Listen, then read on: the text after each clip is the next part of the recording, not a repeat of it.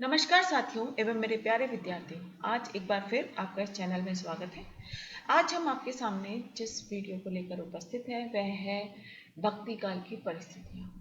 भक्ति काल की परिस्थितियाँ ये बहुत ही इम्पोर्टेंट वीडियो है। जैसा कि आप जानते हैं इस विषय जो है बहुत ही महत्वपूर्ण विषय है सभी प्रतियोगी परीक्षाओं के हिसाब से और स्नातक और स्नातकोत्तर परीक्षाओं के लिए भी।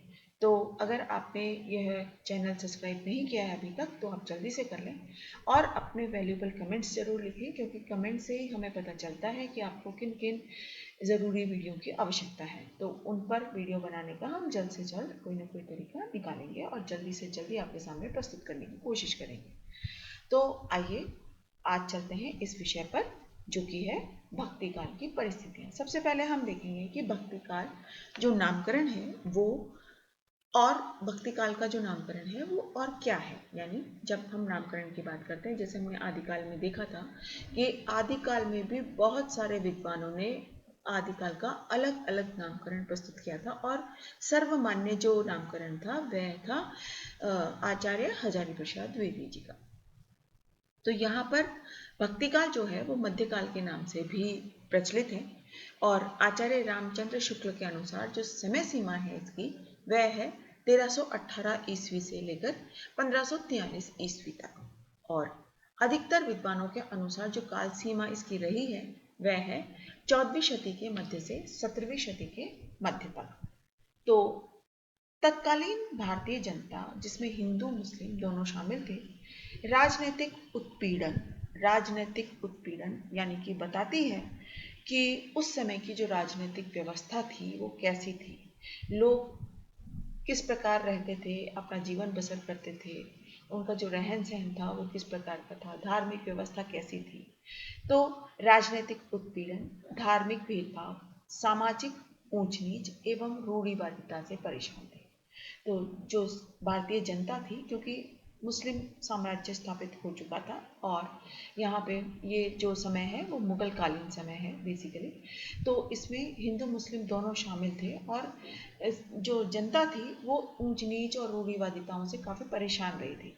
तो 12वीं 13वीं शताब्दी में भारतीय राजनीति में जो परिवर्तन आया उससे यहाँ आर्थिक स्थिति में भी बदलाव आया और बदली हुई इन परिस्थितियों ने इन वर्गों को भक्ति आंदोलन की ओर आकृष्ट किया, क्योंकि भक्ति के क्षेत्र में किसी प्रकार के भेदभाव का स्थान नहीं था।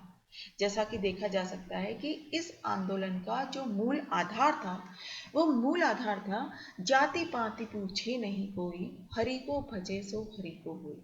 यानी कोई भी, क्योंकि यही वो समाज है जिसमें हम संत काव्य परंपरा की बात करते हैं और जिसमें कबीर, रैदास जैसे बहुत सारे ऐसे संत कवि हुए हैं जो कि समाज में जिन्हें निम्न स्थान प्राप्त था, जो कि नीची जाति के कहे जाते थे, परंतु समाज में उनका जो स्थान था वो बहुत उच्च था, जैसा कि हम रैदास के पदों से और कबीर की साखियों इत्यादि से हमें पता चलता है। तो इस प्रकार की जो परिस्थितियां थी उसमें था कि धार्मिक क्षेत्र में, भक्ति के क्षेत्र में किसी प्रकार का भेदभाव नहीं था, जो भी हरि को भजता है वो हरि का हो जाता है। इस प्रकार से था कि कोई भी आपको अपनी भक्ति के संदर्भ में यह बात नहीं पूछेगा कि आप किस जाति से संबंधित हैं। तो ये एक अच्छी बात थी। तो भक्ति काल की प्रमुख परिस्थितियां हम, जो कि परिवेश भी कहते हैं, इस प्रकार से हैं जिनको हम देख रहे हैं। तो पहली है उसमें राजनीतिक परिवेश, जो कि ऐतिहासिक परिवेश के नाम से भी जाना जाता है। और उसमें मध्यकाल, जैसा कि हम भक्ति काल को के नाम से भी जानते हैं, इस मध्यकाल को भारत में मुस्लिम साम्राज्य का उत्थान पतन का युग कहलाया। यानी इसमें हम देखते हैं कि मुगल कालीन साम्राज्य का उत्थान भी हुआ है और पतन भी हुआ है, तो ये दोनों का ही युग कहलाता है। दिल्ली के सुल्तान मोहम्मद बिन तुगलक की राज विस्तार की कामना रही है कि मैं किस प्रकार से अपना राज्य पूरे भारत में फैलाऊं, तो यह उनकी कामना यानी इच्छा भी रही है। और 1375 से लेकर 1700 विक्रम संवत तक दास, खिलजी, तुगलक, सैयद, लोदी, मुगल आदि वंशों के व्यक्ति गद्दी पर रहे हैं। जैसा कि हम अपने इतिहास से परिचित होते हैं तो हमें पता चलता है।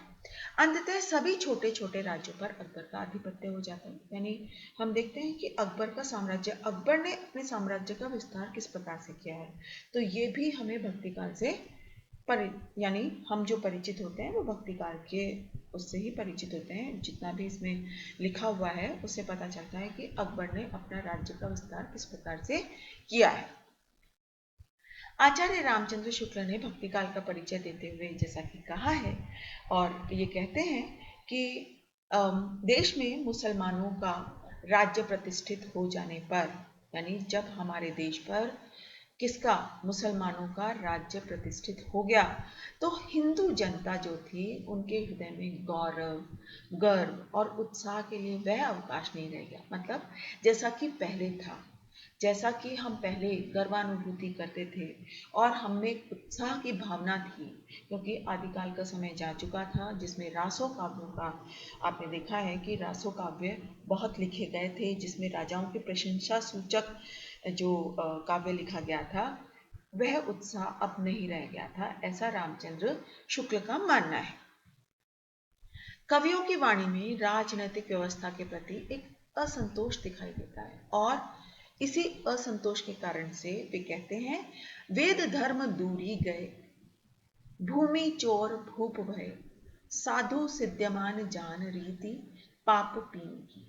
यानी ये जितना भी राजनीतिक व्यवस्था का जो असंतोष हमें दिखाई देता है कि उस समय की राजनीतिक व्यवस्था कैसी थी, लोग कितने परेशान थे, जनता कितनी त्रस्त थी, ये किसी कवि के इस वाक्य से या इस पद से समझा जा सकता है। आगे हम देखेंगे कि राजनीतिक परिवेश के अतिरिक्त सामाजिक परिवेश भी रहा है, और सामाजिक परिवेश में क्या है, सामाजिक परिस्थितियों में क्रांतिकारी परिवर्तन आया था। तब हिंदू मुस्लिम संस्कृति में आदान प्रदान भी रहा। जैसा कि आप सभी जानते हैं कि अकबर ने अपने राज्य विस्तार की इच्छा से जोधाबाई से विवाह किया, और ऐसे अनेक विवाहों का जो कि हिंदू और मुस्लिम संस्कृतियों के आदान प्रदान का उदाहरण प्रस्तुत करती हैं, हमें देखने को मिलता है। इसके पश्चात हम देखेंगे हिंदुओं और मुसलमानों में एक प्रकार का समन्वय स्थापित हो।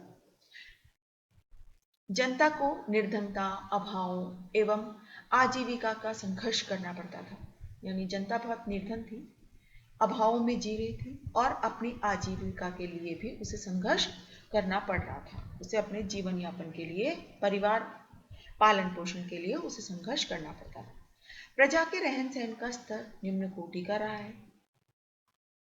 तुलसीदास के शब्दों में तत्कालीन समाज की स्थिति अगर हम देखना चाहें तो इस बात से स्पष्ट झलकती है कि कहते हैं, खेती न किसान को, भिखारी को न भीख बलि, बनिक को बनिज न, चाकर को चाकरी। यानी ऐसा कुछ भी नहीं था। खेती न किसान को खेती नहीं थी, भिखारी को भीख नहीं मिलती थी, ना ही कोई बलि का अन्न।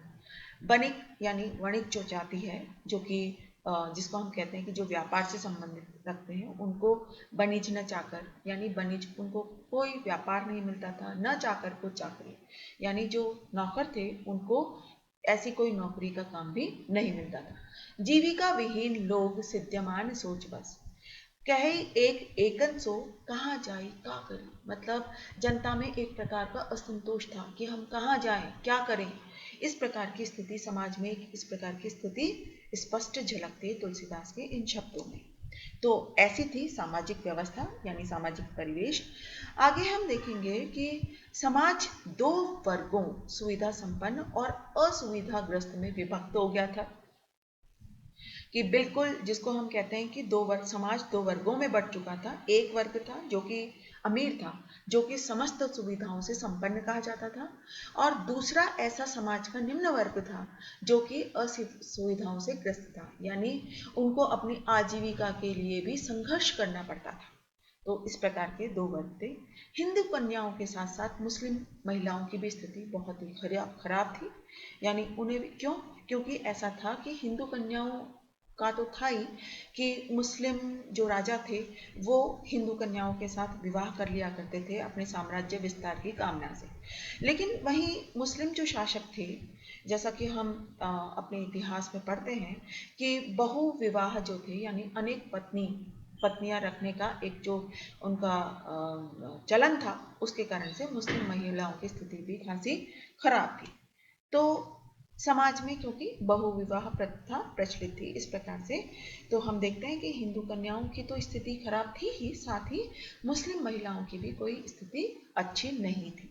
तो इस प्रकार से ये था सामाजिक परिवेश। अब हम चलते हैं सांस्कृतिक परिवेश पे, और सांस्कृतिक परिवेश में हम देखते हैं कि हिंदू मुस्लिम संस्कृतियों का निकट आना और संगीत, चित्र तथा भवन निर्माण कलाओं में दोनों संस्कृतियों का सामंजस्य स्थापित होना, कि हम देखते हैं कि जो संगीत, चित्र, वहाँ की जो चित्रकारी यानी इस समय की जो चित्रकारी है, भवन निर्माण कला है, उसमें हम देखते हैं कि हिंदू और मुस्लिम दोनों संस्कृतियों का एक प्रकार से सामंजस्य दिखाई देता है।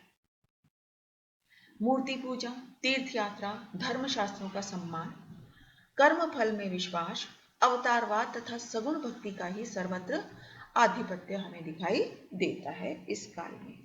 मध्यकालीन हिंदू समाज के दो पक्ष हमारे सामने उपस्थित होते हैं। पहला वह है जो शास्त्रों का समर्थन करता है, यानी पहला वह है जो शास्त्रों का समर्थक है, लेकिन वहीं दूसरा अगर हम देखें तो वह जो परंपरागत विश्वासों में मान्यताओं अथवा स्वानुभूति का पक्षधर है, तो जिसको हम पौराणिक पक्ष भी कहते हैं। इसी प्रकार ईश्वर और मनुष्य के बीच संबंध स्थापित करने का एक मध्यम मार्ग है, और वह है धर्म। यानी ईश्वर और मनुष्य के बीच केवल मात्र धर्म ही है जो संबंध स्थापित कर सकता है। ऐसा तब की स्थिति में यानी भक्ति काल की एक प्रमुख मान्यता रही है। मध्यकाल में अरुचि और संस्कार का प्राधान्य था। ताजमहल और लाल किला भारतीय तथा ईरानी वास्तुकलाओं का उत्तम निदर्शन है, यानी उदाहरण प्रस्तुत करते हैं। नायक नायिकाओं के नयना अभिराम चित्रों तथा विविध कलाओं के रूप में दोनों जातियों की चित्रकलाओं का समागम दर्शनीय है। यानी जैसा कि हमने ऊपर आपको अभी बताया कि जो चित्रकलाएं हैं, भवन निर्माण है, उसमें दोनों संस्कृतियों का समागम या सामंजस्य दिखाई देता है। तो ये भी एक वहां का प्रश्न था। अब हम देखेंगे साहित्यिक परिवेश, कि साहित्यिक परिवेश कैसा है। शाही दरबारों में अरबी फारसी का प्रयोग होता था। हिंदी की लोक भाषाओं का विशेष रूप से अवधी तथा ब्रज भाषा का काव्य में प्रयोग होता था। कबीर, सूर तथा तुलसी की रचनाएं, जैसा कि हम सभी जानते हैं कि संत काव्य परंपरा की अगर हम बात करेंगे, जो भी जिसका हम जिक्र अपने आने वाले वीडियो में करेंगे कि संत काव्य और सूफी काव्य के विषय में भी बताया जाएगा, और सूर और तुलसी यानी कृष्ण भक्ति शाखा और राम भक्ति शाखाओं की विस्तृत जानकारी भी अगले वीडियोस में दी जाएगी। तो इसीलिए कह रही हूँ मैं आपसे, बार बार निवेदन आपसे है कि अगर आपने यह चैनल अभी तक सब्सक्राइब नहीं किया हो तो इसे जल्दी से कर लें। तो उस समय की साहित्यिक परिवेश में हम जाएं तो है कबीर, सूर तथा तुलसी की रचनाएं साहित्यिक परिवेश की अनुपम देन है। भक्तिकालीन साहित्य का चरमोत्कर्ष माना जाता है, यानी यही वो समय है कि जब साहित्य का स्वर्ण युग कहलाता है भक्तिकाल। तो इस पर हम अपने अगले वीडियो में जब हम भक्तिकालीन साहित्य की बात करेंगे तो विस्तृत इसमें विस्तार से इसे उस वीडियो में समझाया जाएगा।